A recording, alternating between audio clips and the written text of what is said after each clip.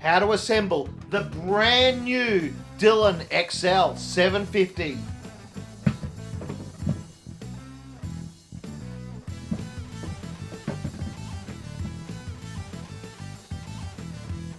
Hey guys, Rob here from Hunt Shoot Off Road, and we're going to go through how to set up the XL750, the brand new one from Dillon, only released in Australia. I received mine yesterday. I've been waiting about 10 weeks for this. It finally turned up, and I've gone through the process and assembled it. I will say that their instructions are very good. Fitment was very easy. You will need a couple of Imperial tools. The Dillons do come with some Allen keys, so you don't need to worry about Imperial Allen keys. Not these ones with the blue corners. There is another set. This was the extra ones.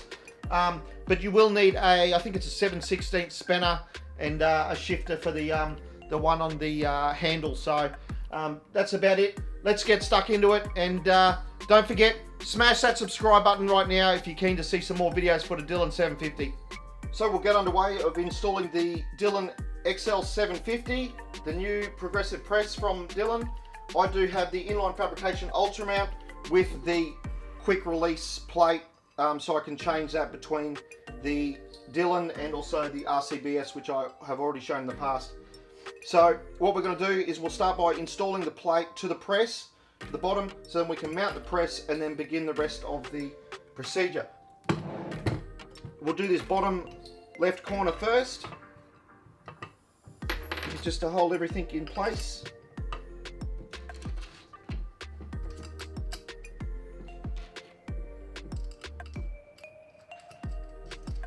And I won't screw it up tight until we have all the bolts through to make sure everything's lined up. But we will get a start on it.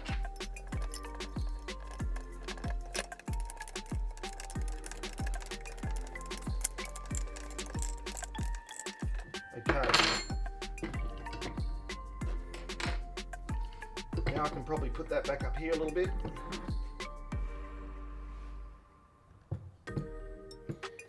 Can see. So we need to mount this one first because we want this to be flush with the base of the press that goes on here, as I mentioned before, whereas this bracket has the ability to move around, and so we can make that sit flush by adjusting these screws once we're finished.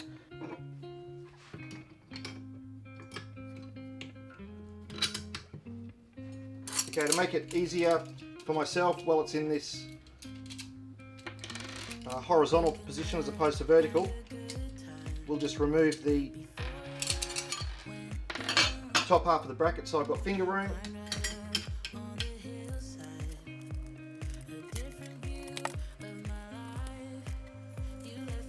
I'll just go ahead and tighten all these down.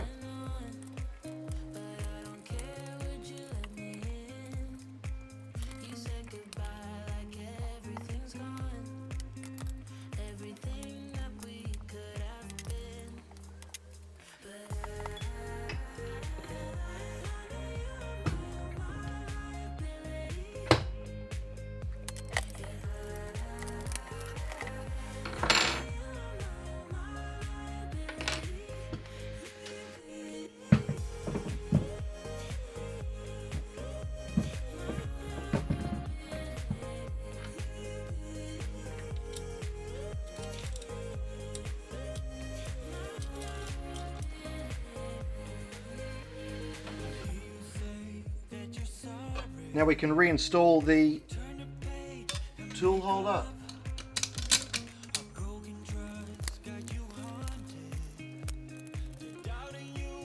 Nice and vertical.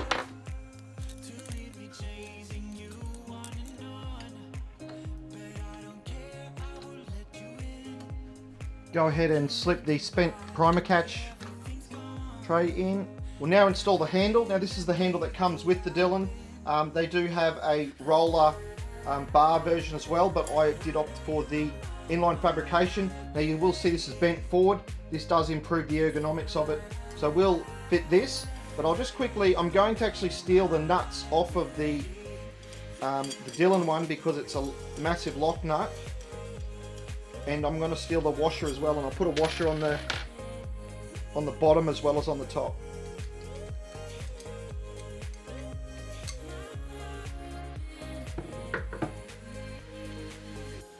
So I'll put the big Dillon washer there. Just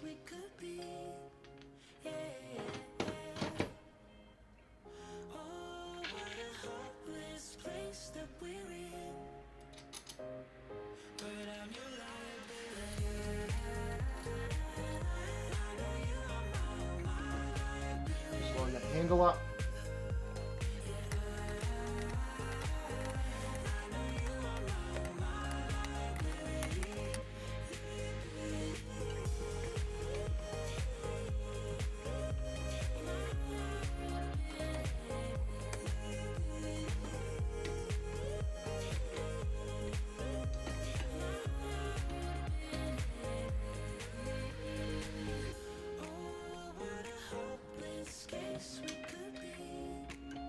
So we'll now install the case feed, and you want it so that, you'll see that there's two bolts, you want it so that this centers with the press there. There's these two half rounds, so you use those to mount the bolts to.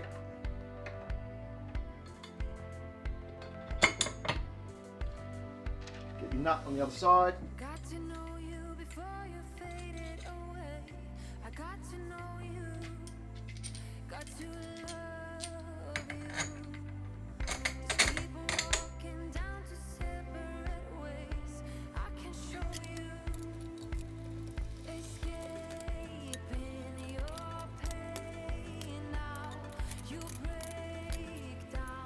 Okay, so if you didn't purchase the case feeder, you would now install this plastic clip, and just be careful because the insert can misalign quite easily. And obviously you do that up with the Allen key, and then you install this clear pipe. Now there is an arrow that says this end up. It's the flared end which helps the cases feed through. So you do need to install this. There is a keyway on the other side there. It was quite difficult, so I didn't waste your time and didn't film that. And then just slip that in, and that's it. And you would manually just top that up if you didn't have the case feed. But I'm going to install the case feed, so I'll take that out and proceed with the case feed. So we'll install the electric case feed. I will start by putting the grub screw in there now. Just get it started.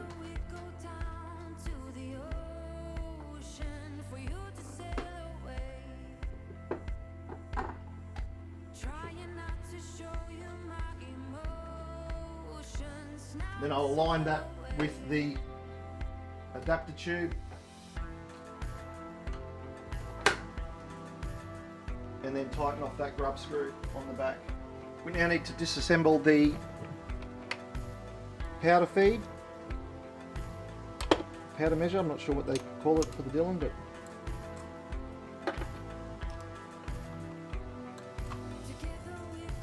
so just unscrew these bolts about halfway, which allows this to lift up, and that should pull out. I obviously need to go a bit further.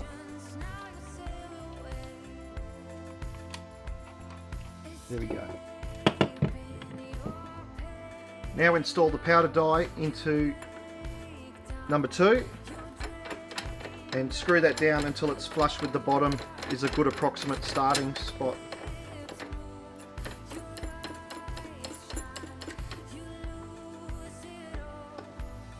Okay, so we'll feed the, this is the flaring tool and also case activation.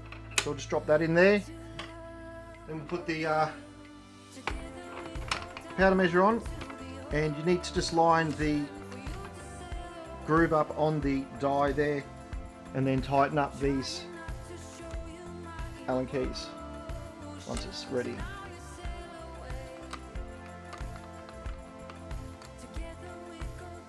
Okay, but I won't tighten that up just yet. I'll let us line this up. We now install the fail-safe rod, which is this one here. So this goes into the powder measure. Just bring that down so that both holes line up, and then feed that through from this end. Now you can pull the handle a bit and get that to line up. Now mine's a bit of a tight fit. Push that up. Now we need to rotate the powder measure until this rod is vertical. We can tighten this up.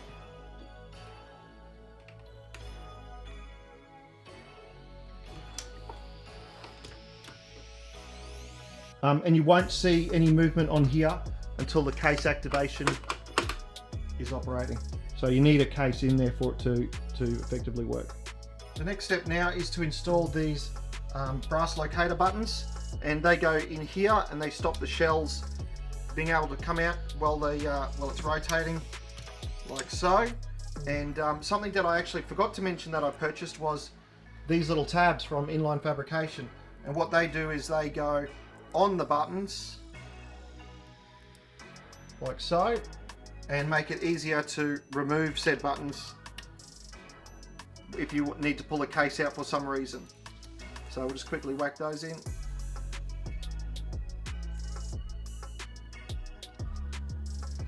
Can now install the low primer alarm system. I believe this turns on when there's approximately 3 primers left in the primer tube. And so I'll just quickly chuck the battery in there. You can hear that that's working. And that just goes anywhere you want. Up the top here. Push down hard. And what happens is this goes down and the weight of that turns it on. So you can just flip it right open, or alternatively you can put it in there like that. Now I would recommend in Australia to leave that in there to prevent any mud wasps blocking that up. Okay, going to install the Inline Fabrication primer tube bracket, and I have done a little bit of video footage for you, and you'll see that there's nothing in behind.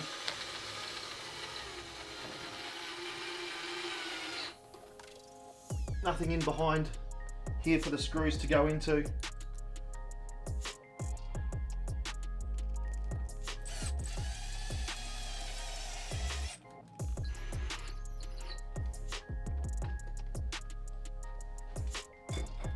And this bracket will hold 12.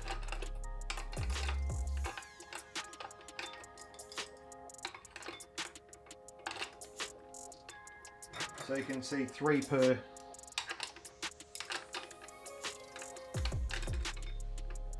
row.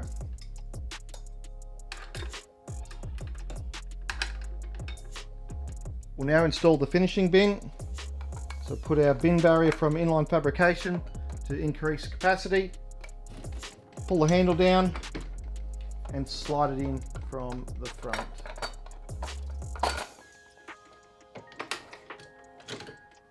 Well guys, that's it. It's pretty easy, pretty straightforward to set up, at least as far as putting it together. I might get into another video of actually doing setting up to actually reload, so putting the dies in there and setting those up.